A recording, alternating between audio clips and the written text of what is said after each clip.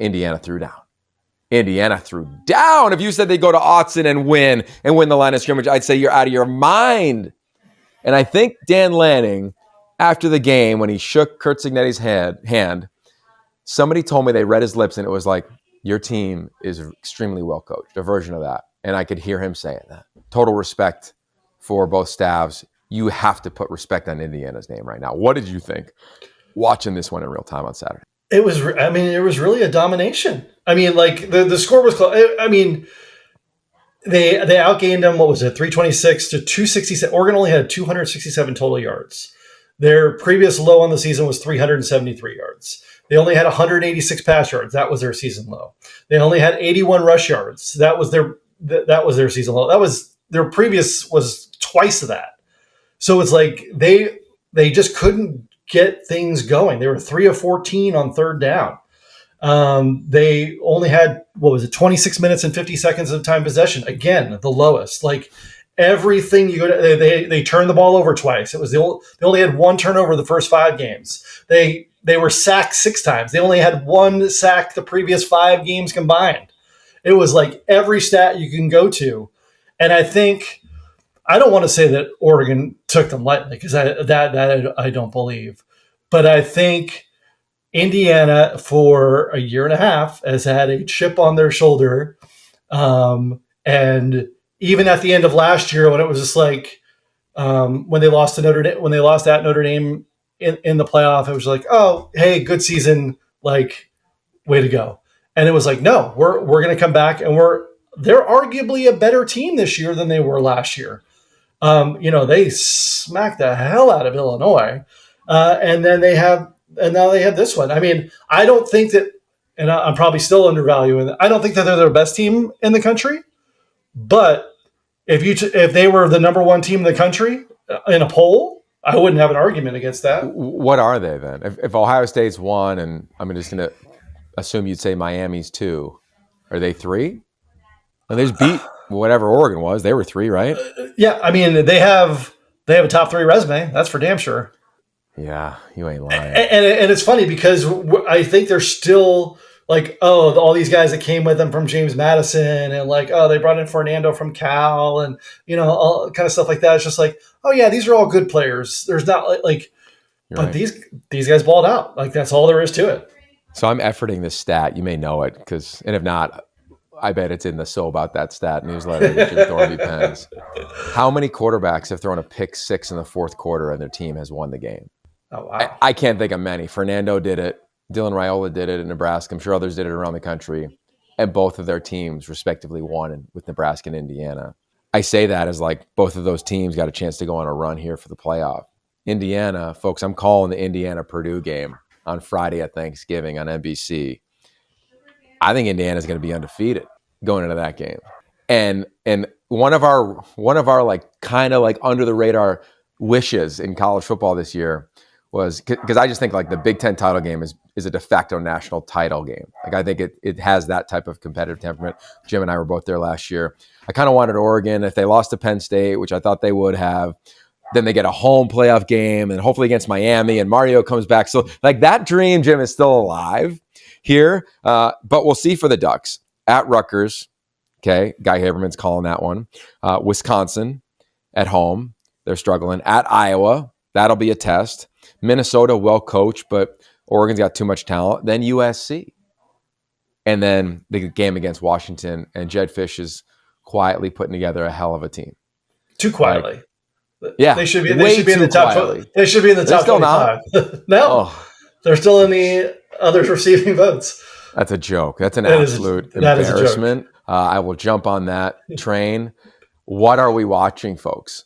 They have an elite All-American candidate at quarterback, running back, wideout.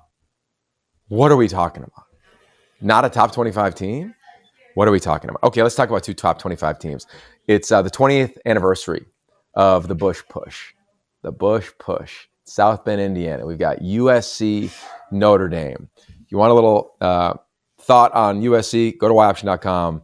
The latest newsletter over the weekend. Check it out. To all of our paid subscribers, thank you very much. And for all of those of you that are about to pay, we appreciate that very much.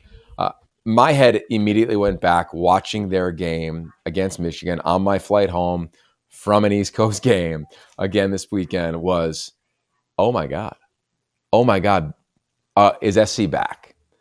My wife, Amy, our oldest son, Zane, were at the game. It's 6 seats. Thank you, USC, for helping them out. And our son has been to a lot of football games. And I said, what'd you think? And he goes, Dad, this one was different. It was different. And when I watched Lincoln Riley postgame, I believe his quote was, we just looked like a hell of a Big Ten team, or that was like a Big Ten win. His point was like, we just won the line of scrimmage against a Michigan team that ran for nearly 300 last time they played a year ago. And they did, Jim. They were balanced. They didn't dominate anything, but they were constantly in command and dictating terms in the game. Jade Mayava, they win at Notre Dame. He's a Heisman candidate, folks. He's playing as well as anybody in America. Like you can't argue that anymore. Mekhi Lemon, I know what Jeremiah Smith is. Mekhi Lemon is a first-round draft pick at wide receiver. This is an offense that is going to be hard to ever be stopped. And the minute you say, well, Illinois, their best player, you could argue on the team, defensively, Kamari Ramsey, food poisoning the day of the game. And it's like losing Caleb Downs at Ohio State. And SC doesn't have the depth that Ohio State has. I just think that they got a chance to take a run here at the playoff. I think there's a chance where the Coliseum is like the Mecca, like Lincoln Riley said at his opening press conference. The place was rocking. If they can go get this done in South Bend, 6:30 p.m. Central, 7:30 Eastern, NBC, Todd Blackledge, Noah Eagle, here we go. I think the Trojans are kind of back, man. It's funny because I think Michigan gave them too much headlines, too many headlines during the week leading up to this game. Sharon Moore said, it's going to be sold out because there's going to be so many Michigan fans at the game. Lincoln did not take kindly to that. I can assure you of that.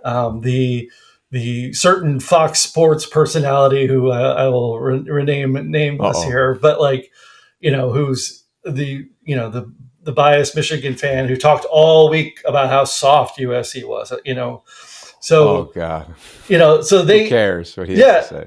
Yeah. But so what happened? USC lost their top two running backs in the first half, and they still had 224 rushing yards, the most Michigan has allowed since TCU put 263 on them in that 2022 CFP semifinal. They put 489 total yards on them, the most Michigan has allowed since the 2022 Ohio State game. The defense held Michigan to a season-low 109 rush yards and 3.5 yards per carry. Just for comparison, last year, Michigan had 290 rush yards against USC and 6.3 yards per carry. So, to steal a line from Jed Fish, I think this was personal. Yeah. And they came out. And so now, that was only the third top 15 win for Lincoln since he's come to SC. So now the challenge is be that team every week. Not fall back into the stereotypical impression of what a USC football team has been the last 10 years. Yeah. They have to keep that same edge because this Notre Dame team, people are going to complain, oh, Notre Dame, they lose 2 games and they're still ranked. The 2 teams they lost to are both currently in the top 5 and they lost by a combined 4 points. So they are a good football team. And if you look at who they've beaten, Purdue, at Arkansas, Boise State, NC State, all of them by 21 plus points.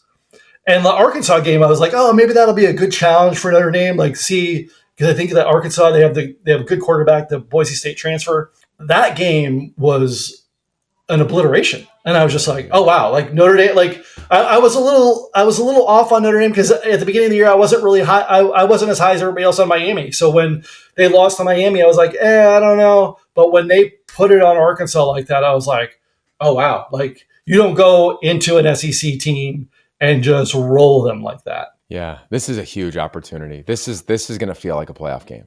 And I'm stealing this from Rhett Lewis, who I'm going to be in the booth with this week, by the way. He's play-by-play, which is going to be so fun. Nice. He's been calling some of these games like CFP entrance exam games. And that's what this is. And really for Notre Dame, they have 3 losses. We saw the Alabama argument last year. They had a conference at least they played in. Like, I think they're out. I really do. And for SC, second loss, granted it might be on the road, but like you look at their schedule, they still have to play Oregon. They still have to go to Nebraska. They still have to play UCLA, who's red hot. We know what a rivalry game is. So it's not like when you look at some other schedules around the country, like, yeah, I think they're just going to roll. Like, I think they got a chance to be undefeated. Like, I look at Indiana's rest of this slate, and I'm like, they got a pretty good shot here to kind of, they got Penn State, but Penn State's clearly down. So it's a huge game. It's a huge game. So let me just share a story that I think is fun for USC fans, because I know SC fans are all over YouTube. And thank you for subscribing to our YouTube channel. 20 years ago, we have the Bush Push game. It's my first year ever coaching. And Jim, as you know, and some of our new listeners may not, I was a huge Notre Dame fan growing up. I mean, like Ron Powlus poster next to my bed, signed, "Dear Yogi, best wishes, Ron Powlus." And every time I see Ron, I have to tell him about it because we grew up in the same neighborhood or same community. Ron was just a legend growing up. Google him if you don't know who Ron Powlus is, folks. Anyway, we go there in my first season as a coach because I don't go to Notre Dame. I go to Pitt. I only go to Pitt because I wanted to go to a school that played Notre Dame the most, because I was so mad that Urban Meyer, and Urban, I've told you this story, chose Roddy Ronimer over me as a wide receiver. So I went to Pitt and ended up playing in the game against Notre Dame a few times. Cut to coaching career, and I joined said program, USC. And I joined year 1, and it is hot. Coming off 2 straight national championships. This is Leinart, Reggie Landale, Dwayne Jarrett, Steve Smith, Dominic Byrd, Frosty Rucker, Cedric Ellis, like blah, blah. Here we go. Just Terrell Thomas, like just NFL players everywhere. And Charlie Weiss is hired at Notre Dame. And in Charlie Weiss's first press conference, I believe he said, "We are going to have a decidedly schematic advantage every week because of him." And great line. Sure, the fan base went crazy. I've always felt that when you talk like you're bigger than the game's going to slap you down. Well, Notre Dame was rolling that year. So were the Trojans. We roll into South Bend in this mid-October game, and we come in. And this was the first year ever, and I'm moving left to right here because it was the first time ever buses started to rock. And we pull into our walkthrough on Friday, Jim. There's 10,000 fans waiting for us at a walkthrough. And the buses start to shake, almost off their axis. And it is like, it's not even game day. And I'm like, holy, you know what? It is on right now. We get out. We have our walkthrough. It's amazing. The grass felt like it was 6 inches thick. It was pretty thick, folks. Cut to the game, and it is a back and forth game. It is an elite game. My role that year in year 1 was to sit next to Lane Kiffin and Rocky Seto up in the booth. And I was the scribe, meaning play would come from Lane to Sark to quarterback. I would hear play, I'd write play, and then I would write the coverage. And then after every drive, I would take that piece of paper and give it to Lane, and then he would review the drive. There was no iPads. There was no helmet-to-helmet communication. This was like eons ago. It's 20 years ago, folks. I cannot believe 20 years ago this moment happens. Cut to the end of the game. And it is our final drive. And you know the play. It goes to 4th and 9. And Lane Kiffin calls trouble right 61 Y option. Folks, there's a reason why this podcast is titled Y option. It's a 4th and 9. The Y is the tight end. It was Dominique Byrd, talented tight end, kind of H-back out of Minneapolis. And his job is to run, like the opening animation of this show, vertically for 10 yards and then decide. Go out, go in, go vertical, sit it down, but get past the sticks. They gave us a certain look where we were going to audible. You see Matt Leinart audible. 82 stay, he does this with his hands. He points it out. 82 stay, 82 stay, meaning tight end stay in the protection. It's going to be a max protection, so 5 offensive linemen, tight end, and back, so 7-man protection. And we audible to what is commonly referred to as sluggo win, which is a slant, go, Dwayne Jarrett, to the slot, a seam route, like go win any way possible based on the coverage, a hitch outside from Chris McFoy, Reggie, pass protect, and then leak to the flats. We know we got to get the sticks. 82 stay, 82 stay. I could see Matt Leinert's like eyeballs right now because it was so stoic and like the light was glistening off of this raucous stadium, right? Checks it, audible, gets a snap, slant, go, drops a beautiful dime. The only place like inches away from the corner's fingertips, the centimeters, you could argue, Dwayne Jarrett catches it. As he catches it, I jump up as high as possible because the whole press box does. I punch what was a little like 8-inch TV, smash the TV, not on purpose. Not on purpose. Go, go, go. We are all screaming to score a touchdown. Dwayne Jarrett gets tackled inside the 10. Papers everywhere. Everywhere. It's chaos everywhere. What do you do? How do you do it? Settle back in. Put your headset back on. Lanes to my right. Call him the next play. We get it in. Pete Carroll, stoic on the sideline. We're maniacs. Absolute maniacs. Settle in. One play. Another play. Leinart sneaks it out of bounds. Fumbles out of bounds, think the game is over. Fans rush the field. The officials say, no, get off the field, Charlie. Get off the field, Brady. Back it up. There's going to be another snap. Cut to the bush push. Every team has a version of this. And when it's late in the game, when I'm calling a game, my eyes are on the signalers. In this instance. Now, I get it. There's helmet-to-helmet communication now, so you don't necessarily have to do it. But at the time at SC, if you'd spike it, you'd go like this. But if we, and so I'm motioning with my hand to the ground, like spike it, spike it, spike it. But if we pointed at you and spiked it, that meant QB sneak it. So Steve Sarkisian is doing the point and the spike to Matt Leinart. Yo, dude, take it. Leinart turns around to Reggie and he's like, yo, let's do this. They break the huddle because remember the clock was stopped because he was out of bounds. It was fumble out of bounds. Gets the line of scrimmage. Bush push happens. You can push. You cannot pull. That is the rule. Not necessarily was the rule then. You couldn't really push then. Semantics. Trojans win. I gather all those papers up however we did.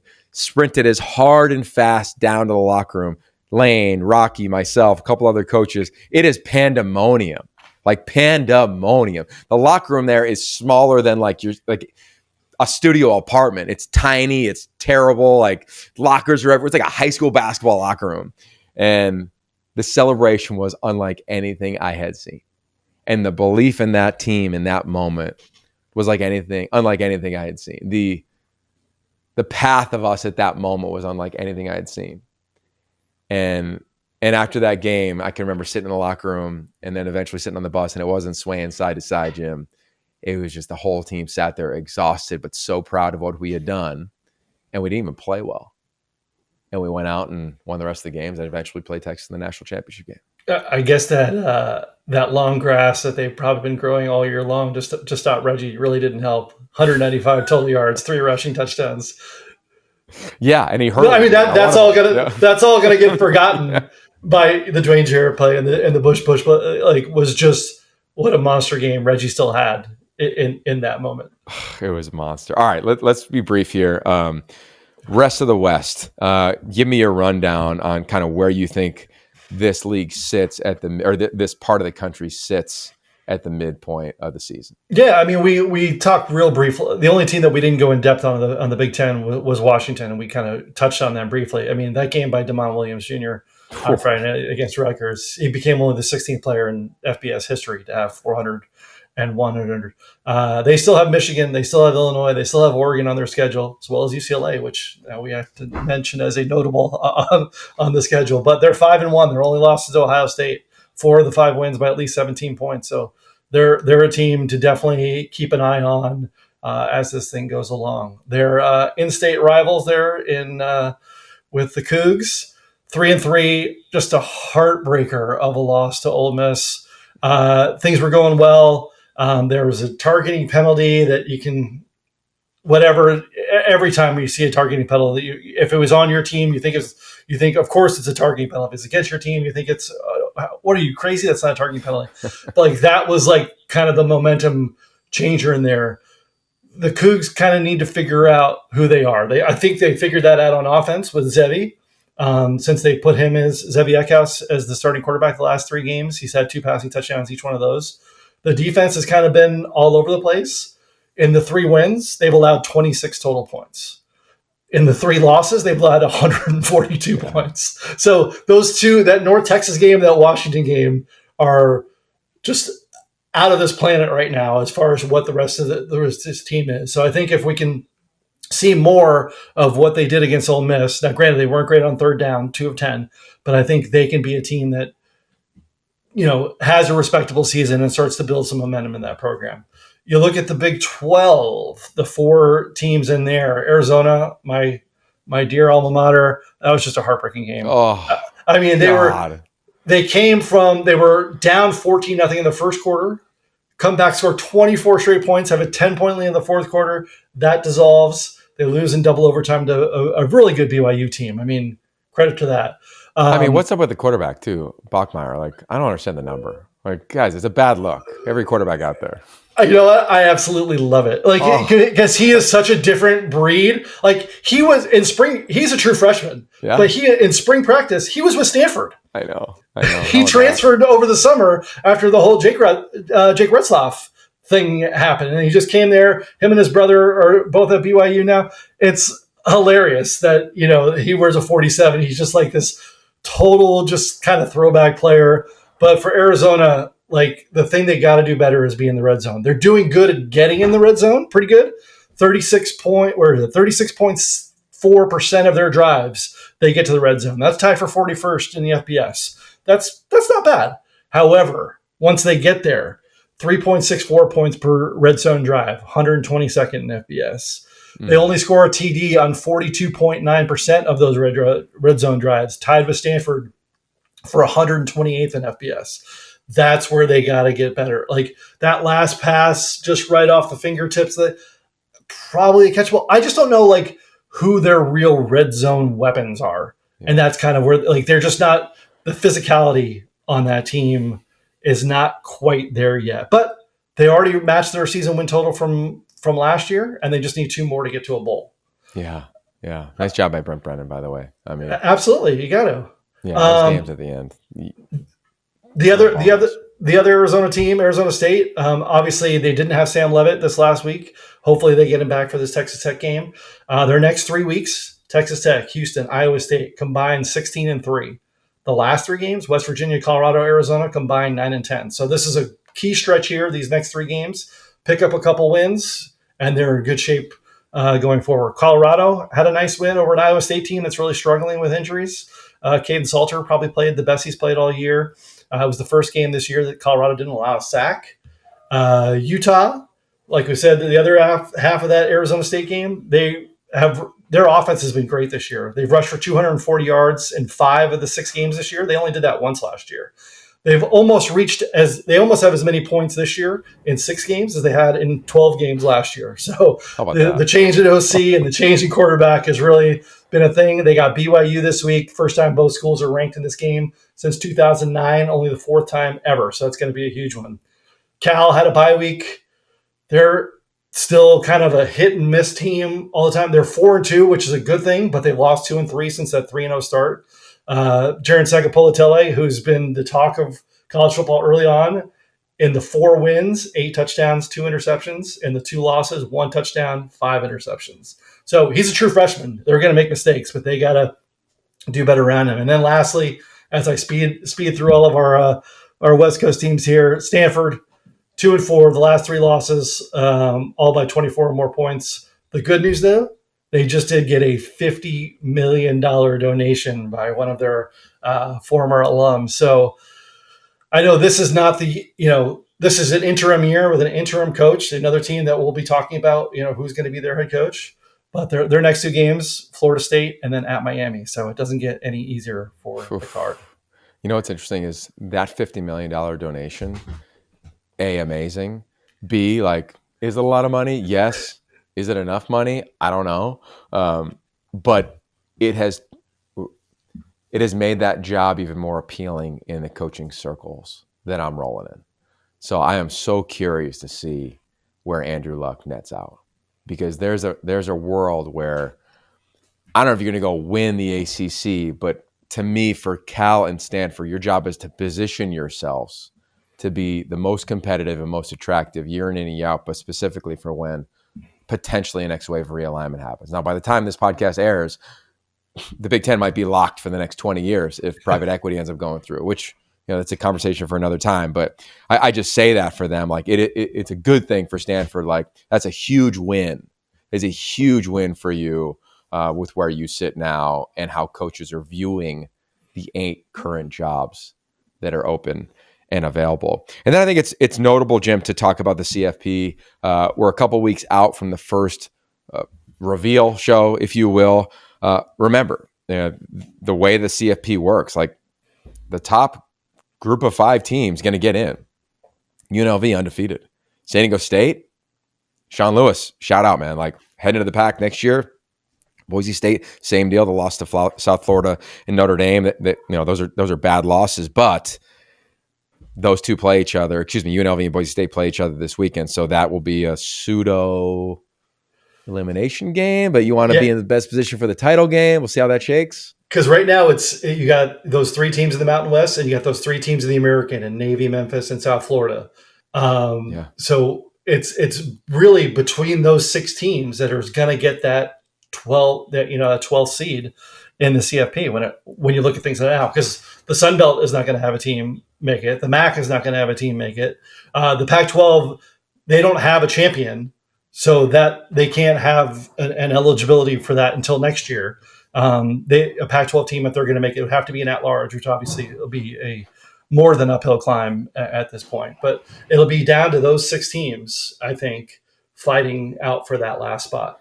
Isn't that amazing? Like, I'll leave us with this. Number one, it was fun to do this. It's a cool little recap. So appreciate your time, Jim, and all the viewers and listeners. Let us know what you think about it in the comments on YouTube here. But I would say that with where we sit in college football today and right now around the CFP, I am loving more and more and more the idea of each conference, at least the bigger conferences, call it like the top 2 conferences, the Big Ten, the SEC, of creating pseudo play-in games to make it easier on the committee. Because I look at like the Big Ten now, and okay, Ohio State's the best team to me, I think, in America, and I think it's a tick above everybody. I get it, Illinois, Texas at home in the opener. Texas isn't, whatever, but like I think they're that good. And then in the Big Ten, you go Indiana 2. Oregon 3, like you can start having these debates. Like I think it'd be really cool to have like final championship Saturday or Friday games where you're slotting your 3, 4, 5, 6 seeds to a certain degree. And I get what that means for the 6 or the 3 seed that loses to a 6 seed. But I love that it just helps you out to play the games because it's so competitive. Like outside of a few teams, and you could argue maybe just one team at the top, what separates everybody? Like it feels like the NFL every Saturday. It's been really fun in that regard. So it's only going to give you more money. It's only going to create better TV inventory. Like I really like that idea. I don't necessarily love the idea of like locking in X amount of spots per conference, but I love the idea of play-in games, of seeding at the end of the season within a conference. I think it's just a really cool concept. We'll see how that shakes out. Okay. I am off to another game in the Midwest and another game in a stadium I've never been to, Jim. I'm going to Northwestern. Can't wait. This is going to be a very unique experience. They play in a stadium that is on a lake, that is a makeshift stadium, and I'm hoping we get like one more weekend of sunshine in the Midwest because I don't want that wind, that the lake effect wind or rain, and we don't want any of that. It's sold out. It's family weekend. They're hosting Purdue. Purdue reminds you of your Arizona team in year one with Jedd Fisch. So many tight games, but just so many self-inflicted negatives. A late turnover, a pick six, a bad penalty, but they've been in games against Illinois and Minnesota. So I hope we get another one. And you got Northwestern coming off, you could argue, the greatest win since the year they went on the run to go to the Rose Bowl. I'd argue that. I mean, to win at Penn State with what they did, and they're going to be the ones known for that's the game that got James Franklin fired. I mean, what a moment for David Braun, who you would have thought after their opener at Tulane, like, yeah, I don't know, maybe that's going to be one of the 8 schools that makes a change. They don't. The best part, though, is Mark Jackson, the athletic director. He's been on this podcast. Go listen to it. It's our first episode in our limited series called The Process. He's the AD at Northwestern. He is a dear friend. Great stories. I'll make sure we have some fellowship with him on Thursday and Friday night. So keep a lock on the Y Option Social. Jim, we got a lot moving here at Y Option. I'm always appreciative of your lean-in factor. I don't know how you do it all. Go check out his newsletter because it's out of all the ones that I get, he's the only one I read from top to bottom. No offense to everybody else. Check it out. We'll plug it in our show notes as well. Make sure we're recommending all those things at Substack. And to all of you, thank you. And thank you to 76, our founding sponsor, fueling this show and fueling this platform, keeping you on the go so you never miss a beat. Jim, you got anything left? No, I mean, I'm excited for you. It'll be your first and likely last time to go see Northwestern at the stadium because next year they get the new park. So, enjoy it. I love it. All right, brother. Talk to you soon, man. Lots of love. Thanks to everybody and appreciate all of your support. Peace.